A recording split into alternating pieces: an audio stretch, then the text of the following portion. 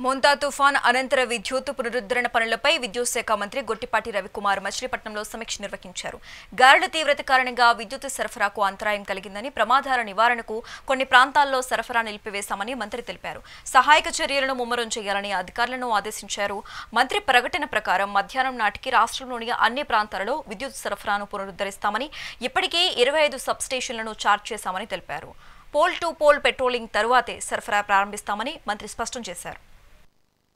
వచ్చారు వెంకట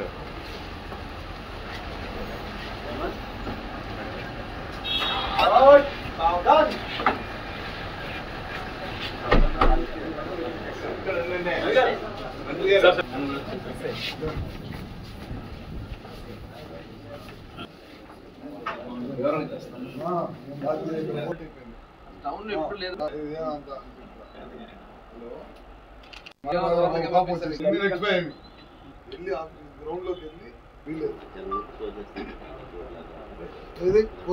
నిన్న పొద్దు నుంచి కొద్దిగా పవర్ సప్లై ఇబ్బందిగా ఉంది.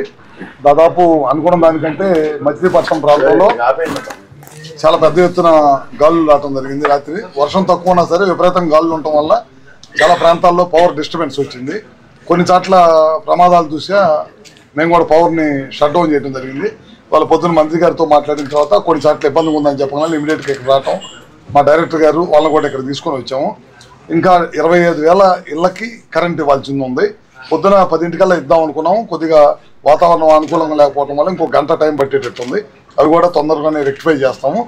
దాదాపు మీకు మచిలీపట్నం కానీ, గుడివాడ, ఉయ్యూరు అన్ని చోట్ల కూడా 52 సబ్స్టేషన్స్ ఉంటే అందులో 22 రెక్టిఫై చేశాము. ఇంకో 19 సబ్స్టేషన్స్లో పవర్ ఇవ్వాల్సి ఉంది. అది ఇంకో గంటలో ఇచ్చేస్తాము. అట్లానే 471 11 kV ఫీడర్స్ ఉన్నాయి. అవి కూడా మొత్తం రెక్టిఫై చేసాం. ఇంకొక 23 మాత్రమే ఉన్నాయి అనమాట. బాగా విపరీతంగా గాలి ఉండటం వల్ల రాత్రి చేయలేకపోయాం. ఇప్పుడు మొదలుపెట్టి అన్నీ కూడా కంప్లీట్ చేసేస్తున్నాము. రాష్ట్రం మొత్తం మీద పవర్ సప్లై మధ్యాహ్నం 2 పూర్తిగా రాష్ట్ర వ్యాప్తంగా ఎక్కడ కూడా ప్రాబ్లం లేకుండా చేస్తాం. ముఖ్యంగా మచిలీపట్నం, బాపట్ల, ఒంగోలు మేము ఎక్స్పెక్ట్ చేసిన దానికంటే ఎక్కువగా రెయిన్, విండు 2 ఎక్కువగా ఉండటం వల్ల ఇక్కడ కొంత ఆలస్యమైంది. అవన్నీ కూడా రెక్టిఫై చేస్తున్నాం.